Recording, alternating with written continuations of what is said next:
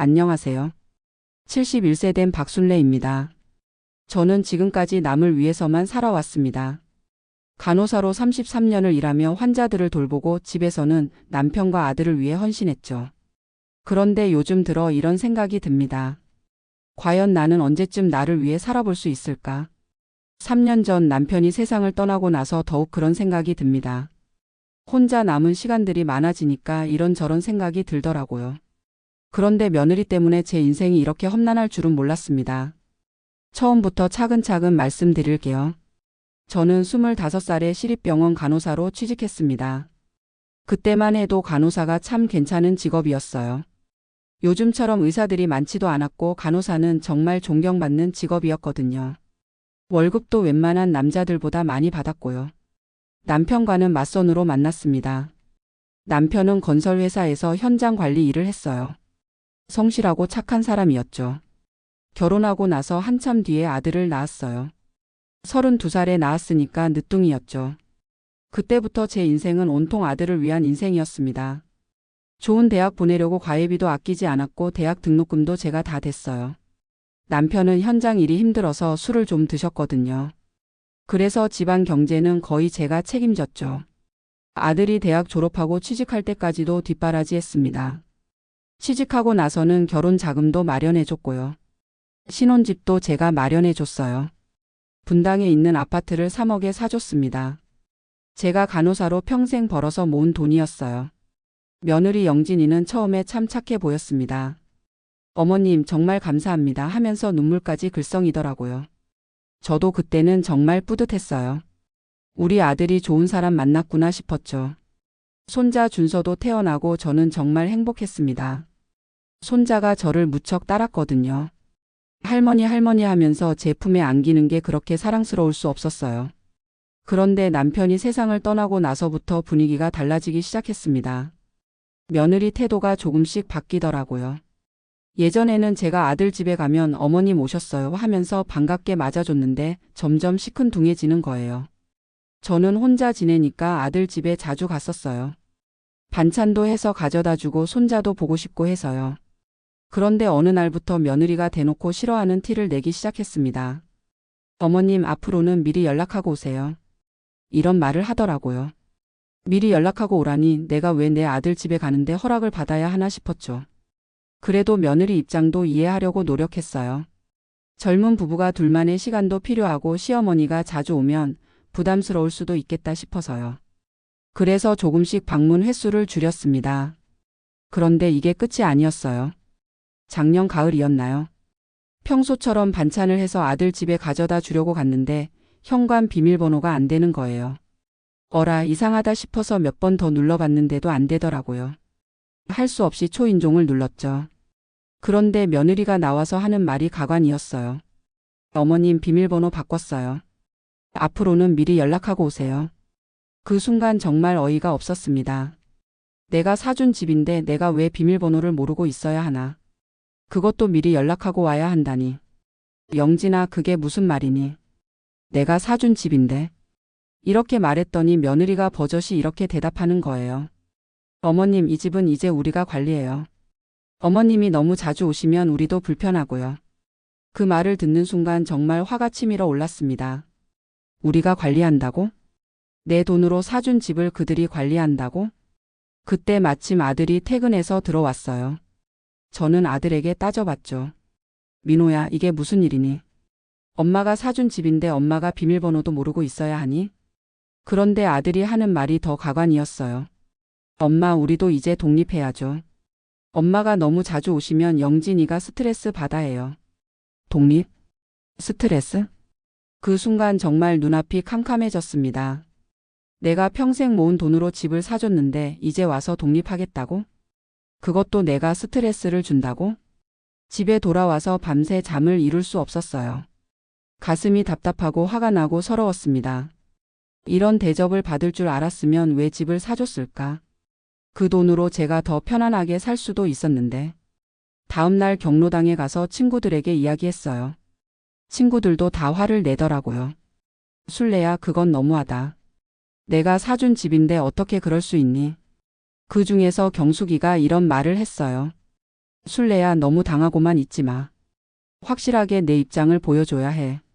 그 말이 계속 머릿속에 맴돌았습니다. 그래, 내가 너무 당하고만 있었나.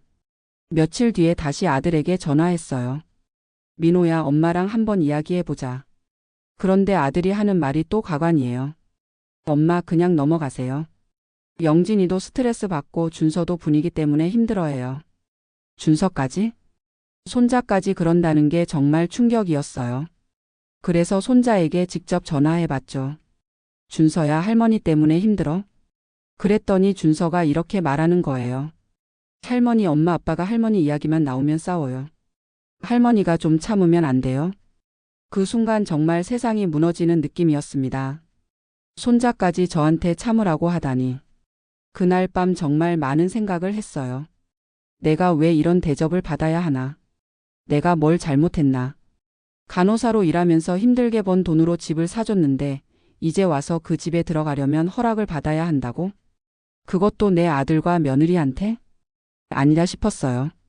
이건 아니다. 그 다음 날 바로 부동산에 갔습니다. 이 집 팔고 싶어요. 부동산 사장님이 깜짝 놀라더라고요. 어머님, 무슨 일이세요? 이 집 얼마 전에 아드님 명의로 해드렸는데. 네, 맞아요. 그런데 팔려고요. 사실 집은 제 명의였어요. 아들 부부가 살고 있지만 소유권은 제가 가지고 있었거든요. 당시에 아들 명의로 하면 대출 심사도 까다롭고 세금 문제도 있어서 제 명의로 해뒀던 거예요. 부동산 사장님이 시세를 알아보니까 5억 정도 된다고 하더라고요. 3억에 샀던 집이 2억이나 올랐더라고요. 그래도 상관없었어요. 돈 문제가 아니었거든요. 빨리 내놔주세요. 일주일도 안 돼서 매수자가 나타났어요. 5억에 사겠다고 하더라고요. 바로 계약했습니다. 그 소식을 들은 아들이 황급히 달려왔어요. 엄마, 뭐 하는 짓이에요? 왜 갑자기 집을 팔아요? 내가 독립하고 싶다고 했잖니. 내가 도와주는 거야. 엄마, 장난하는 거 아니에요? 우리가 어디 가서 살아요? 그건 내가 알아서 하렴. 내가 성인이고 독립하고 싶다고 했으니까. 아들이 당황해서 어쩔 줄 모르더라고요. 그제서야 며느리도 나타났어요. 눈이 빨갛게 되어서는 울 것 같은 얼굴로요. 어머님, 저희가 잘못했어요. 다시 생각해 주세요. 그때까지도 저는 마음이 단단했어요. 이미 계약했어. 한 달 후에 잔금 치르고 나가야 해. 며느리가 정말 울기 시작했어요. 어머님, 정말 죄송해요. 저희가 어디 가서 살아요? 준서 학교는 어떻게 해요? 그 모습을 보니까 속이 좀 시원하기도 했지만 한편으로는 마음이 아프기도 했어요. 하지만 이미 선을 넘었다고 생각했어요. 아들도 무릎을 꿇고 빌었어요. 엄마, 제가 잘못했어요. 영진이한테도 잘 말해볼게요. 집 팔지 마세요. 하지만 저는 마음을 바꾸지 않았어요. 너희들이 우리가 관리한다고 했잖니. 이제 정말로 너희가 알아서 관리해봐. 그날 밤 손자가 전화했어요. 울음 섞인 목소리로요. 할머니, 우리 진짜 이사 가야 해요? 저는 이 학교 다니고 싶어요. 그 말을 들으니까 마음이 좀 흔들렸어요. 손자는 제가 없는데. 하지만 이미 계약은 끝난 상태였고 저도 후회하고 싶지 않았어요. 준서야, 할머니가 미안해. 하지만 할머니도 존중받으며 살고 싶단다. 한 달 후 정말로 잔금을 치렀어요. 그리고 하루는 정말 극적인 일이 벌어졌습니다. 아들 부부가 이사를 안 나가려고 하더라고요. 어차피 팔았으니까 우리는 전세로 살겠어요, 이러면서요. 그래서 제가 직접 나섰어요. 시공업체를 불러서 현관문을 떼어버렸어요. 아예 현관문을 철거해버린 거죠. 그날 그 광경은 정말 장관이었어요. 며느리가 울고불고 난리를 치고 아들은 어쩔 줄 모르고 손자는 학교에서 돌아와서 깜짝 놀라고 이웃들도 다 나와서 구경하더라고요. 어떤 할머니는 잘했다, 잘했어 하면서 박수를 치기도 했어요. 이제 진짜로 나가렴. 문짝도 없는 집에서 어떻게 살아? 결국 아들 부부는 짐을 싸서 나갔어요. 임시로 며느리 친정집에 들어갔다고 하더라고요. 그 후 몇 개월 동안은 정말 연락이 뜸했어요. 아들도 서운해하고 손자도 만나기 어려웠죠. 그때는 정말 외로웠어요. 내가 너무 심하게 한 건 아닌가 싶기도 했고요. 하지만 경로당 친구들은 제 편이었어요. 술래야, 내가 잘했어. 그렇게라도 해야 정신을 차리지. 몇 달 뒤에 먼저 연락을 해온 건 며느리였어요. 어머님 안녕하세요. 그동안 정말 죄송했어요. 목소리가 많이 달라져 있더라고요. 예전처럼 건방진 톤이 아니라 정말 조심스럽게 말하더라고요. 우리가 새 집 구했어요. 전세로요. 어머님 시간 되실 때 한번 놀러 오세요. 그 말을 듣고 마음이 좀 풀렸어요. 그래도 며느리가 정신을 차렸구나 싶어서요. 아들도 그 후로 태도가 많이 달라졌어요. 예전보다 더 자주 안부 전화를 하고 용돈도 드리려고 하고요. 물론 저는 받지 않아요. 제가 연금도 받고 있고 집 한 돈도 있으니까요. 손자는 처음에 좀 서운해했지만 지금은 다시 예전처럼 잘 지내요. 오히려 할머니를 더 존경한다고 하더라고요. 할머니가 정말 멋있어요 이러면서요. 이제 아들 부부의 새 집에도 가끔 놀러 가요. 하지만 예전처럼 아무 때나 가지는 않아요. 미리 연락하고 가죠. 그게 서로 편하더라고요. 며느리도 이제는 저를 정말 어머님처럼 대해요. 어머님 뭐 필요한 거 없으세요? 하면서 먼저 챙겨주려고 하고요. 집을 팔아버린 후로 오히려 관계가 더 좋아졌어요. 지금 생각해보면 제가 그렇게라도 확실하게 선을 그어서 다행이었다 싶어요. 만약 그때 그냥 참고 넘어갔다면 평생 무시당하며 살았을 거예요. 가끔 이웃들이 물어봐요. 순례 씨 후회 안 하세요? 집값 더 올랐는데. 전혀 후회 안 해요.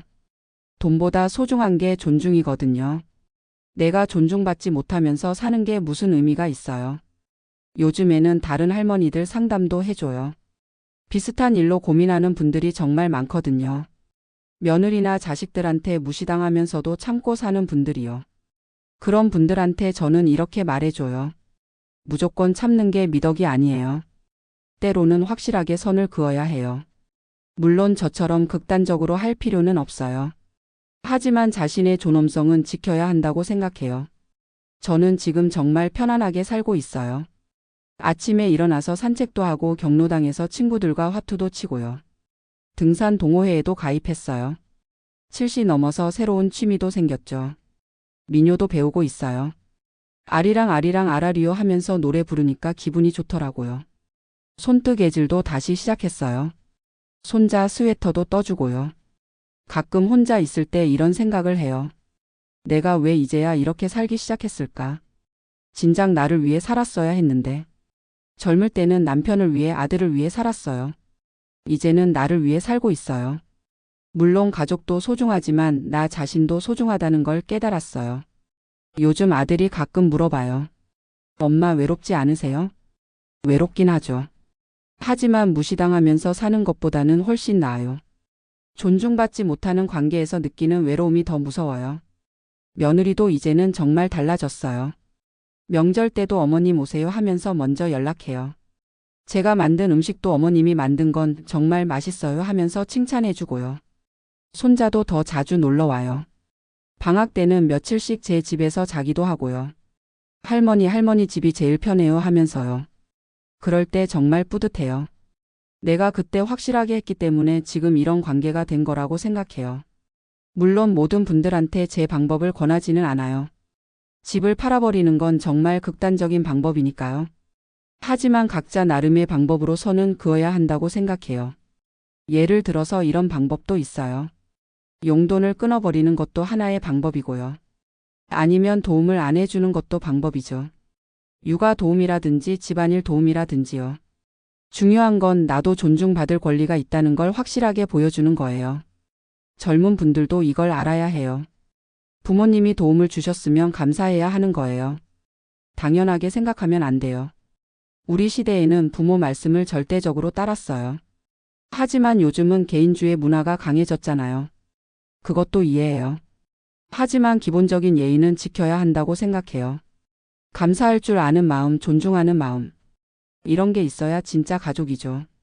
저는 이제 69세가 되었어요.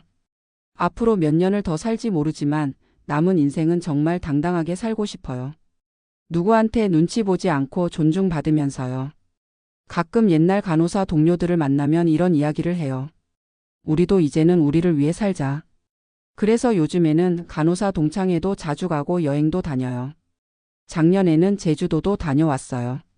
친구들과 함께 2박 3일로요. 정말 재미있었어요. 올해는 부산도 가보려고 계획하고 있어요. 바다 구경도 하고 맛있는 것도 먹고요. 건강이 허락하는 한 이런 것들을 계속 해보고 싶어요. 젊을 때 못 해본 것들을 지금이라도 해보는 거죠. 그리고 무엇보다 중요한 건 후배 할머니들한테 용기를 주는 일이에요. 우리도 당당하게 살 수 있다는 걸 보여주고 싶어요. 어떤 할머니는 저한테 이런 말씀을 하시더라고요. 술래야, 내 덕분에 나도 용기가 났어. 우리 며느리한테 확실하게 말했어. 그런 말을 들으면 정말 뿌듯해요. 제가 한 일이 다른 분들한테도 도움이 되고 있다는 생각이 들어서요. 사실 처음에는 너무 마음이 아팠어요. 아들과 며느리가 저를 그렇게 대할 줄 몰랐거든요. 특히 아들이 며느리 편을 들 때는 정말 배신감이 컸어요. 하지만 지금은 이해해요. 아들도 아내와 살아야 하는 입장이니까 어려웠을 거예요. 그리고 며느리도 나름대로는 자기 가정을 지키려고 했던 거겠죠. 다만 방법이 잘못되었던 거예요. 존중하지 않는 방식으로 했으니까요. 지금은 모든 게 정리되어서 다행이에요. 서로 선을 지키면서 좋은 관계를 유지하고 있거든요. 며느리가 요즘에는 이런 말도 해요. 어머님, 그때 어머님이 확실하게 하셔서 다행이에요. 저도 많이 배웠어요. 그런 말을 들으면 정말 다행이라는 생각이 들어요. 모두가 성장한 거죠. 젊은 며느리분들도 이걸 알아주셨으면 좋겠어요. 시어머니도 사람이라는 걸요. 감정이 있고 존중받고 싶어 하는 사람이라는 걸요. 그리고 시어머니 분들도 너무 참기만 하지 마세요. 때로는 확실하게 의사 표현을 하는 것도 필요해요. 그래야 서로 이해하고 존중하는 관계가 될 수 있어요. 저는 지금 정말 행복해요. 비록 혼자 살지만 외롭지 않아요. 좋은 친구들이 있고 가족들과도 좋은 관계를 유지하고 있고요. 무엇보다 제 자신을 존중하며 살고 있다는 게 가장 큰 변화예요. 71년을 살면서 이제야 깨달은 거죠. 나도 소중한 사람이라는 걸요. 앞으로도 계속 이렇게 살 거예요. 당당하게 존중받으면서요. 그리고 다른 할머니들한테도 용기를 주는 사람이 되고 싶어요. 우리도 충분히 가치 있는 사람들이다. 이걸 알려주고 싶어요. 나이가 들었다고 해서 무시당할 이유는 없어요. 우리도 존중받을 권리가 있다는 걸 젊은 세대들이 알아주셨으면 좋겠어요. 그리고 우리 세대 분들도 너무 참기만 하지 마세요. 때로는 용기를 내서 확실하게 의사 표현을 하는 것도 필요해요. 그래야 진짜 가족이 될 수 있고 서로 존중하는 관계가 될 수 있어요. 제 이야기가 누군가에게 도움이 되었으면 좋겠습니다. 힘든 상황에 계신 분들한테 작은 용기라도 드릴 수 있다면 정말 기쁠 거예요. 감사합니다.